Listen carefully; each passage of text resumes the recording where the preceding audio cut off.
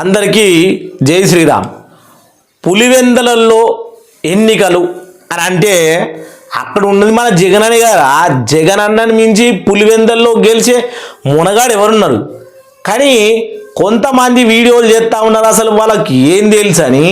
పులివెందులు అంటేనే మన జగనన్న అడ్డ, రాజన్న బిడ్డ. మనకు తప్పితే ఇంకా అక్కడ గెలిచేది ఎవరు, మనకు పోటీగా నిలబడేది ఎవరు అని ఇన్నాళ్ళుగా మనం విర్రవిగినాం. కానీ ఇక్కడ చూడండి, మనోడు ఏం రా నాయన ఏం రాసినావంటే, ఒక్క జెడ్పీటీసీ గెలిస్తే చాలు పులివెందులలో వణికిస్తున్న టీడీపీ. ఓరోరోరు ఇట్లా రాసినవేంద్ర నాయన. దీని కనుక 11 టీం బ్యాచ్ కనుక చూస్తే మనం ట్రోలింగ్లో వేసుకుంటారు, ఇక రోజు మనకు భజనే. కానీ జగనన్న ఒక తండ్రి లేని బిడ్డ, ఫ్యామిలీ దూరం కొట్టినటువంటి అనాథ. అలాగే ఇప్పుడు ఏదైతే 5 సంవత్సరాలు అధికారంలో ఉండి అధికారము దూరమయ్యి కుంగిపోతున్నటువంటి యువకుడు, ఇలాంటి వాడిని పట్టుకొని రోజు మీడియాలో వేస్తానే ఉన్నారు.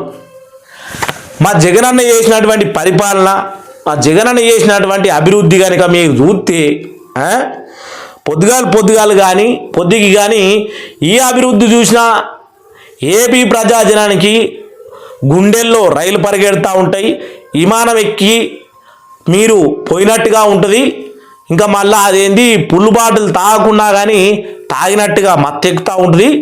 కాబట్టి దీన్ని మాత్రం బీపీ ఉన్నోళ్ళు చూడకండి, ఇంకా లో బీపీ ఉన్నోళ్ళు చూస్తే మరీ మంచిది. ఎందుకంటే ట్యాబ్లెట్ లేకుండా బీపీ పెరిగిపోతూ ఉంటుంది, అంటే కోపం గట్రా వస్తూ ఉంటాయి కదా, అట్లా అన్నట్టు.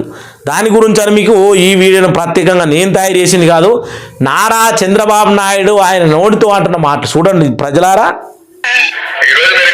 గవర్నమెంట్ పాలిటెక్నిక్ కాలేజ్ 24 ఎకరాలు 359 కోట్లు తాకట్టు పెట్టారు. మా అన్న 309 కోట్లు తాకట్టు పెట్టారు.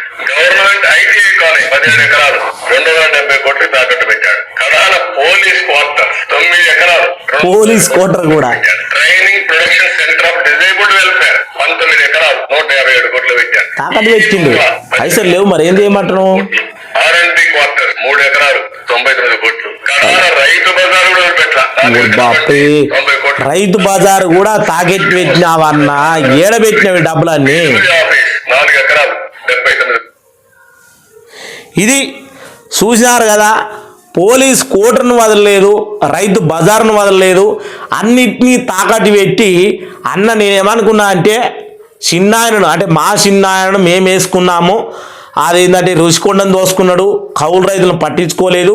సరే రోడ్లు మోల్రు వగేరా ప్రజలు అంటే అవన్నీ మనకంటే సంబంధించింది కాదు. కానీ రోజు మీడియా ముందు వచ్చి మా ఎమ్మెల్యేలు అంతా కలిసి రామాయణం మహాభారతం అంటే అదేదో పొద్దుగా లేచి ఇడిసపెడతారు, కానీ మనోళ్ళంతా పొద్దు అంతా అదేందో బూతు పురాణం అని వేసుకుంటా ఉండ్రి. దాని గురించి అయితే మా ఎమ్మెల్యేకి ఫుల్గా ట్రైనింగ్ ఇచ్చినాను. కానీ ఈ రకంగా దోసుకున్నది మాత్రం ఎవరికి తెలీదు. ఇక నేను దోసుకున్న దాంట్లో ఒక 2-3 ఉన్నారు అనుకున్నా, కానీ ఇంకా మీకు కొన్ని చూపించాలి. ఇప్పుడు ఇక తర్వాత నెక్స్ట్లో మన ఛానల్లో ఒక వీడియో ఉంటుంది. ఇప్పుడైతే ఒక ఛానల్ ఉన్నది, అంటే అది ఖచ్చితంగా 11 టీం బ్యాచ్కు సంబంధించిన ఛానల్ అని నేను రుజువు చేసి మరీ వీడియో అనేది మీ ముంగట పెట్టబోతా ఉన్నా. ఎందుకంటే వాడు ఊకున్న కొద్ది ఎర్రినా కొండలు ఎక్కిపోతూ ఉన్నాడు. తిరుపతి ఎంకాననే జగనన్న ఇంటికాడ దించుకున్న గొప్ప వ్యక్తికి వీడు రోజు మంగళారతి ఆడుతూ ఉన్నాడు. మరి మంగళారతి ఆడుతున్నప్పుడు పడితే అది నీ అభిమానము, సీమరాజాలాగా నువ్వు ఒక గొప్ప అభిమానివి, నీ జగనన్నను ప్రధానమంత్రి చేసేదాకా వదలవేమో అని నాకు కూడా అనిపిస్తూ ఉంది. దాని గురించి పక్కన పెడితే పవన్ కళ్యాణ్ గురించి పట్టుకొని రోజు పవన్ కళ్యాణ్కు ఆంధ్రప్రదేశ్లో 100 స్ట్రైక్ రేట్ ఎట్లా వచ్చింది అని ఈయన ఢిల్లీకి ఫ్లైట్ వేసుకొని పోయి, ఇంటికాడ కారులో అసలు డీజిల్ ఉందో లేదో తెలియదు, కానీ ఢిల్లీకి ఫ్లైట్ వేసుకొని పోయి ఏదైతే ఎలక్షన్ కమిషనర్ కలిసి అక్కడికి వెళ్ళి పట్టుకొని వచ్చినట్టున్నాడు వార్తని. మరి ఆ రకంగా చూపిస్తూ ఉన్నాడు. దొంగలు దొరికేసినారు, ఏపీలో కూటమి ప్రభుత్వం ఎట్లా గెలిచింది అనే విషయాన్ని ఆయన పెద్దగా చూపిస్తూ ఉన్నాడు. దాని గురించి మనం నెక్స్ట్లో మాట్లాడుకుందాం. అందరికీ జై శ్రీరామ్, జై జై శ్రీరామ్. జగనన్న పరిపాలన చూసిన ప్రతి ఒక్కరు కింద కామెంట్ చేయాలి. ఎందుకంటే మా జగనన్నను పులివెందల్లో మీరు ఓడించాలంటే జగనన్న పార్టీ గుర్తు పెట్టుకొని కాకుండా ఒట్టిగానే జగనన్న పేరు ఎత్తుకొని గెలిచేంత సత్తా మా పార్టీకి ఉంది. అది మీరు అందరూ గుర్తుంచుకోవాలి. అందుకనే 11 టీం బ్యాచ్ అని మాకు బెద్దు కూడా ఆంధ్రప్రదేశ్ ప్రజానికం ఇవ్వడం జరిగింది. అందరికీ జై శ్రీరామ్, జై జై శ్రీరామ్.